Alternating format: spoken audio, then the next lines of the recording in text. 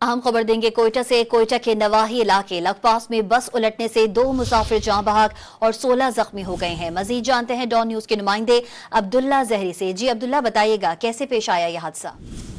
जी बिल्कुल, कराची से कोयटा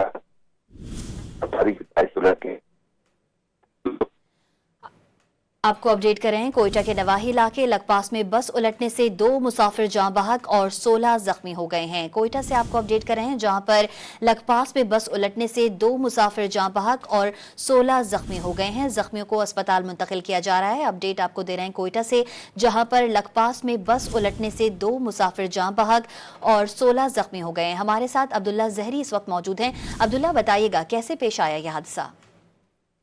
जी बिल्कुल, ये लखपास का इलाका जहाँ कराची से कोयटा आने वाली मुसाफिर बस तेज रफ्तारी की बाइस उलट गई, जिसके अब तक 16 को